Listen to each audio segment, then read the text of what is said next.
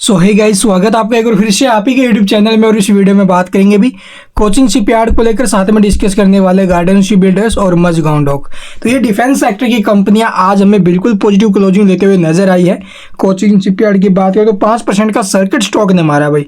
Garden ship builders में 3.5% की rally है। जो कल के दिन बड़ी खुशखबरी आई थी इसके अंदर, वो क्या थी, कंपनी को एक ऑर्डर मिला था भाई, और इस ऑर्डर की जानकारी मैंने कल ही आपको बता दी थी।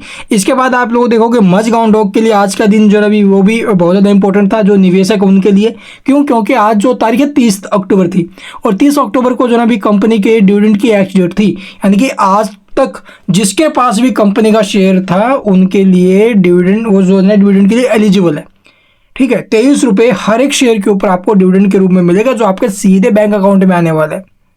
तो अब तक की ये कहानी। अब आगे आप लोग देखोगे जिस खबर का इंतजार था वो न्यूज भी आ गई है अभी। मझगांव डॉक में पहले से आ गई और आज गार्डन शिप बिल्डर्स में आ गई है।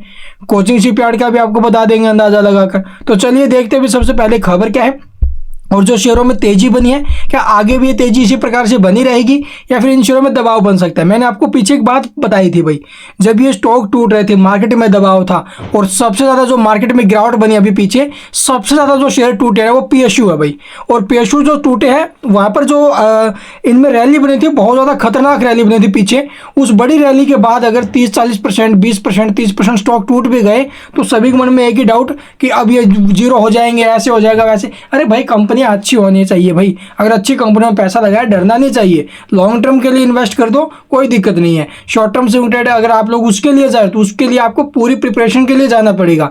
ठीक है, फुल प्रिपरेशन करके ही आप लोग उस फील्ड में उतर सकते हो, ट्रेडिंग के फील्ड में। लेकिन ट्रेडिंग इस प्रकार से नहीं होती कि भाई नए नए आए हो सीधा ट्रेडिंग में घुस गए, एक का डबल करने के चक्कर में वो एक जो है वो भी खो के जाओगे। तो इसलिए लॉन्ग टर्म विजन से अपना पैसा इन्वेस्ट करने के बारे में सोचो। तो चलिए भी अब आपको दिखाते हैं आगे किस प्रकार से क्या मूव आ सकते हैं। इन शेयरों में ऑलरेडी काफ़ी बड़ी गिरावट हो चुकी है। क्या लॉन्ग टर्म के लिए अभी भी शिफ्ट कर सकते हैं या फिर अभी भी खरीदारी कर सकते हैं? तो अभी इस मार्केट में मैं बात करूं खरीदारी की, तो ये जो मार्केट है ना अभी, ये एकदम से पैसा डालने का नहीं है। ये मार्केट सिर्फ और सिर्फ एसआईपी का है। मार्केट में अभी कहीं से भी मुझे नहीं लगता है कि कोई पॉजिटिव संकेत आया हो। 2 दिन मार्केट में तेजी बन गई तो इसका मतलब ये नहीं कि मार्केट अब रिवर्सल हो जाएगा। नहीं भाई, जब तक मार्केट 24,750 इस लेवल को ऊपर में काट नहीं देता है तब तक आप लोग इसको बिल्कुल भी जो ना भी लाइटली मत लेना।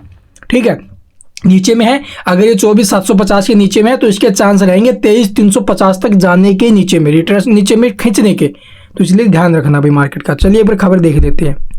खबर की बात करें तो यहाँ पर देख सकते हो गार्डन शिप बिल्डर्स की तरफ से एक और नोटिस पब्लिश किया गया अभी आज के डेट में।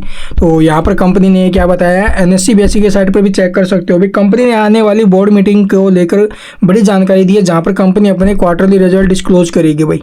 ठीक है, तो बोर्ड मीटिंग कब की? इसकी बोर्ड मीटिंग का जो शेड्यूल तैयार किया गया है 13 नवंबर का है। तो 13-14 नवंबर के आसपास ही आप लोग देखोगे कोचिंग शिपयार्ड के रिजल्ट आएंगे। तो आपको अगर उसके अब तक डेट तो अनाउंस नहीं हुई है, लेकिन मैं आपको बता रहा हूँ या तो 13 तारीख को या फिर 14 तारीख को, इन दोनों में से एक डेट को कोचिंग शिपयार्ड के भी रिजल्ट्स आएंगे।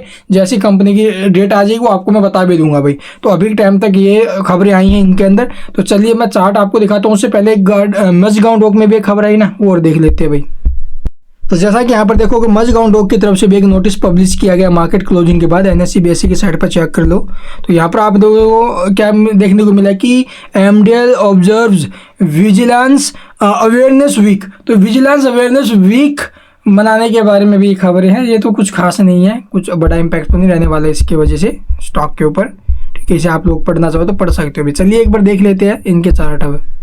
तो यहाँ पर देखोगे कोचिंग शिपयार्ड में नॉन स्टॉप गिरावट बनी हुई थी। अब पिछले 2 दिन से स्टॉक में थोड़ी बहुत हमें पॉजिटिव मूव आते हुए नजर आए हैं, और ट्रेंड लाइन को जो अभी ये काटते हुए नजर आ रहा है। यहाँ से अगर काट कर सस्टेन कर गया तो पहला टारगेट हमारा क्या था अभी 1550 का, ये टारगेट हमें जल्द जल्द दिखाएगा। उसके बाद 1550 से 1583 का पहला टारगेट हम लेके चलेंगे ऊपर में।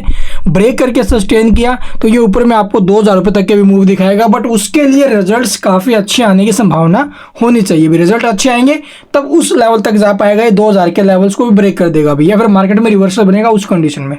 तो अभी टाइम जो अभी यहाँ से इसमें एक अच्छा मूव आया है, बहुत अच्छी बात है। नीचे में सपोर्ट की बात करें तो 1366 का, जिसको रिस्क नहीं लेना है, और जो भाई लॉन्ग टर्म के लिए चल रहा है अभी उन्हें कोई डरना भी नहीं है। ठीक है, चलिए अब देखते हैं नेक्स्ट।